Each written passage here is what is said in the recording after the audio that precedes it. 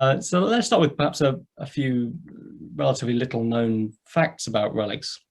So in 1992, you were the largest consumer of paper in the world. We In were. 1995, Forbes predicted that you would be the first major victim of the internet. Mm. Today, print accounts for only 8% of your revenues, I believe, and you're to a very large extent a technology and business information analytics firm. That's some transformation. How is it achieved? And when so many media companies have failed? Yeah, it's been a very long journey, of course. It's been a 20+ year journey, as you have indicated by the timeframes you were giving there. I mean, even 15 years ago, I think we were still over 50% of revenue coming from print. But today, right, as you say, now less than 10. I think it's important. We provide information and analytics to professional users so that they use what we give them and rely on what we give them in their work every day. And of course, the nature of that is, in a digital form, is the utility is dramatically higher. So it becomes, as soon as you put it in digital form, it's searchable and linkable, and you can start applying analytics to it. So the customers really value that transition from in format. It's not just getting the same information in a different format. It's actually now more valuable in that format. So they wanted that transformation, but of course they need to be able to trust the information. If you're using it to make serious, high-value decisions, sometimes life and death decisions, if you're a medical profession, you need to be able to rely on information. So you need a provider of that information that will make that transition with you. So I think that the fact that the nature of the information, the customers wanting the transformation to happen. But I think, and some of this is before, a long time before I joined the company, but I think the management of RELX, the board of RELX, recognized early on that required a different set of skills in the company. So you still need the industry expertise, the medical professionals, the lawyers, the bankers, the insurance experts, who understand the industries we're serving. But now, of course, you also need the data scientist, you need the software engineer, you need the IT architect. And that blend of very different skills you now need was recognized, and sometimes through acquisition, but also through just hiring a different skill sets in the company, and being willing to change and adapt to that, and making sure you can bring those skills together, because it's not about just having the data or not just having the technology. You've got to put it all together and make it useful for the customer in their daily workflow, and I think that's the key to that transition. So a lot of your work is in this advanced sort of data field, machine learning and all that. What differentiates businesses that use data really well and that have it in their culture from those that don't? Yeah, you have to remember, of course, the data and the analytics is our product. Many companies are using data to make their business better, and of course, many companies are doing very well with that. But the data and the information, the analytics, is our product. This is what we're providing to our customers. So it's absolutely at the heart and center of what we do. And it's in that context, the data itself isn't enough. I mean, you've obviously got to have the relevant and most useful data for whatever problem you're trying to solve. And you've got to be aware of new data sources that may be relevant to the problem you're trying to solve for that particular customer or customer set. But it's not enough in its own right. You've got to understand, you've got to be an absolute expert in the customer's business, what problem you're trying to solve for them, what is it that the pain points in their processes, what is it that will add value for them. And then you've got to use the data you've got, apply the analytics that you need. You've got to have it on a technology platform that is fast enough to be relevant to them. It's no good if you're trying to help a bank with anti-money laundering, for example. It's no good having a 1 hour turnaround time. It's got to be seconds or fractions of seconds, in order to still maintain a good experience for their customers. Or in other contexts, if you're providing data sets to scientists who are doing research, you've got to do that quickly enough but comprehensively enough to which chemical compound should I use in if I'm doing some drug discovery. It's got to be a comprehensive data set behind it. It's got to be useful analytics. Got to present it to the scientists in that they're still making the choice, the decision. So it's that bringing it all together, and not just thinking what data do we collect. It's actually what data do we need, and why are we collecting it, how are we going to use it, and what problem we're trying to solve. So given the markets you're in and given the talent you need to do that, you must be competing with some pretty major West Coast companies. What's your kind of elevator pitch to would-be employees?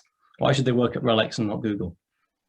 Well, lots of them do, of course, and we attract very talented people and keep them in the company.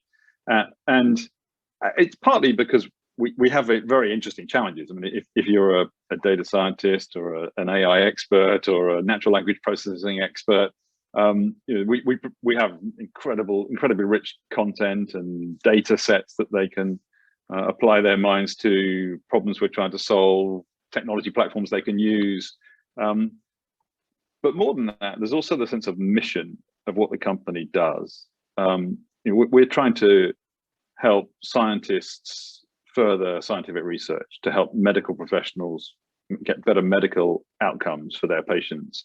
We're trying to further the rule of law in the legal space. We're trying to prevent money laundering, to ensure sanctions compliance, catch the bad guys, if you like, but still make that work for everyone else, as a slick experience. So there is that sense of mission in what we do, together with having interesting intellectual challenges and a platform to do it against. So we heard some very interesting things earlier about the sort of rising importance of ESG when it comes to reputation, and obviously one of the consequences of your digitization will have been the dramatic reduction in your paper use. You won't be the world's largest paper anymore. No longer. And I believe RELX ranks very highly for its sustainability. I read one survey where you were 5th out of 13,000 companies.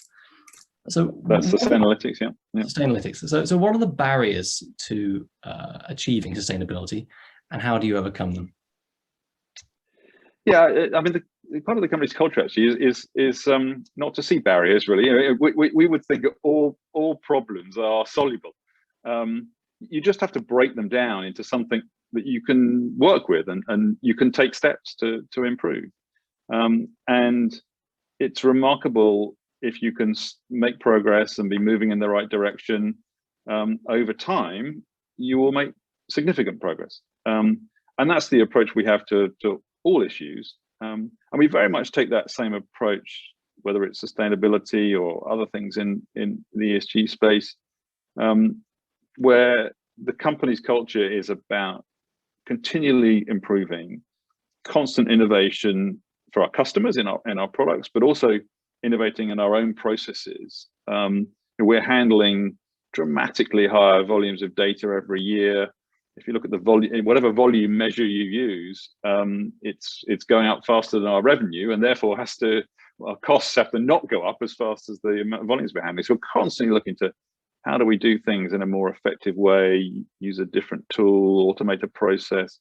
But that constant innovation we apply to sustainability, to other things in ESG. Relentless focus on data. We're a data company, so we love data.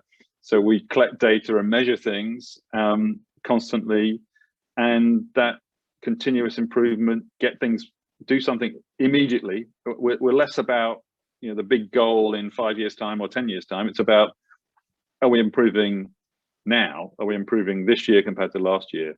And are we improving fast enough to make a difference? And if you can do that across the board, and that's very much the culture of throughout the company in everything, applied to our financial performance, applied to our CR performance, applied to everything, then you can make significant progress over time. RELX is also a truly global company. I believe over 90% of revenues are outside the UK. and you've had particular successes in the United States. What I was going to say, what are the challenges? Let's say the soluble challenges of running a global company, for example, culture clash, and what have you learned about overcoming them? Yeah, I would say, I mean, although RELX is a UK parent company and it's got a London headquarters, the heritage of the company is a very international one. We're for a long time we were an Anglo-Dutch. Reed Elsevier, the sort of forerunner of RELX, came about through a merger of UK and Dutch parented companies. But the businesses we've been in are very international. If you think of Elsevier serving the scientific community, science is an inherently international activity, and collaboration and cooperation in science across the world is very much part of how the scientific process progresses. So the mindset in the company and the culture in the company is a very international one. And we have had some big successes in the US with some acquisitions we've made and successfully integrated. It is now the largest country by revenue and by staff numbers. But we wouldn't regard ourselves as a British company operating in America. We're an international company and the US is one of our big markets, one of our big areas of operation. And so having that international mindset and culture, I think, is key. We try and bring that to everything, and respecting the local culture, whilst also bringing the RELX culture to the business in whichever location we're operating in. On the same vein, I think I might ask what I put to Andrew earlier. Sort of how do you make a company that does a lot of different things in a lot of different places operate better as a whole and feel still like one business that is coherent and sort of additive because it's one business? Yeah, I mean, we think of ourselves as sort of organized around the customer and around the end user markets. So in Elsevier, we serve scientists and medical professionals. In LexisNexis Legal and Professional, we serve lawyers. In LexisNexis Risk, we serve banks and insurance companies and a range of other. So we organize ourselves around to keep customer focused, to make sure we have got people looking at the customers and close to the customers and knowing what they need. But then, of course, a lot of what we actually do, is using data and using analytics. So to help those customers, and whether it's in science, there's a lot of words and texts and that come with scientific research publications that we're seeking to apply analytics to. Same in the legal industry, of course, with legal cases and laws and statutes. So there's a great commonality in the sort of the nature of problems we're trying to solve for the customers, if you like. And so in that context, we share technology platforms across the group. People move around the group at all levels to give them fresh challenges and bring new perspectives to those businesses. Although from the outside, we obviously we present ourselves as different divisions in certainly financially and report financially, but that's really how we're organized to face off the customers. But there's still a strong RELX sort of commonality of culture and approach and problems we're trying to solve. So you're in a lot of fast-moving sectors. Do you have any advice for innovating at pace and really keeping on top of what customers want and expect next? Yeah, I mean, I think the key to that is being close to your customers and constantly interacting with them, engaging with them. And one of the joys, of course, of providing everything in digital form, and you can see what customers value, how they're using things, whether they're getting value from it. But we're constantly asking our customers for feedback on products. We very much try and be a test and learn culture, do things quickly, minimum viable product, get that out and try it with a customer to see what value you can derive from it before you start. And then, if it's successful, roll it out and keep testing and so on. And that sort of having that constant feedback loop, constantly questioning ourselves as to what we could do differently. But you do need to be across. I touched on the different aspects you need, but whether it's a new source of data or a new analytical tool you could use, a new technology platform you could use, or something changing in the industry you're serving, you've got to be close to all those things and bring them together. So I think being close to the customer is the number one requirement, but you also need to have your eyes open to all those other aspects, which is having outward looking people who are experts in their field and keep up with their area of expertise, who interact with colleagues to bring things together and see opportunities of using new data, using new analytics. We have a venture fund which we use as a way of keeping interested in and exposure to startups and what they're doing, and that bringing that back into the culture of the organization as a whole is part of what we do. We're mainly an organic growth-led company, but we do bolt-on acquisitions, and that brings in fresh talent, fresh thinking. So all those things matter in terms of maintaining that culture of innovation and constantly looking to do things differently and use new things and new data and new analytics. Is there a particular reason you take an organic approach to growth primarily? Well, I think we're convinced that's the most value creating thing we can do actually for our shareholders. We have lots of growth opportunity in whether it's in science or legal or in the markets we serve in the risk business. There are constantly new growth opportunities in the existing customer base, in adjacent markets, in new geographies, new data sources, new analytics. So there's a lot of growth opportunity within what we do already. And from a value creation point of view, focusing on those opportunities that you can do yourselves without having to spend billions and billions on acquisitions. There's a lot of value creation that can come from that. Now, that's not to say that acquisitions aren't important, but then the ones we do tend to be relatively small relative to the size of the company, of the overall group. But they are still important in terms of the bringing in new, keeping us outward looking, bringing in new talent, bringing in new capability, and opening up new market opportunities. So they're important, but they don't tend to be as large in the financial sense as the organic growth opportunity. I think we have a few minutes left. I don't know if we want to open it up to the floor. Looking for hands to be raised. There was one question I saw privately, Nick, and it sort of leads into our panel session, which we're about to go into. But COVID, I know, affected the group variously, different parts of the business. Is there anything now with hindsight you might have done differently, or that you learned particularly for the year that we just had? Yeah, well, I mean, it's been interesting. The obviously it was a bit disruptive to some of our operations, but the organization moved to remote working incredibly quickly and effectively, and hasn't slowed down.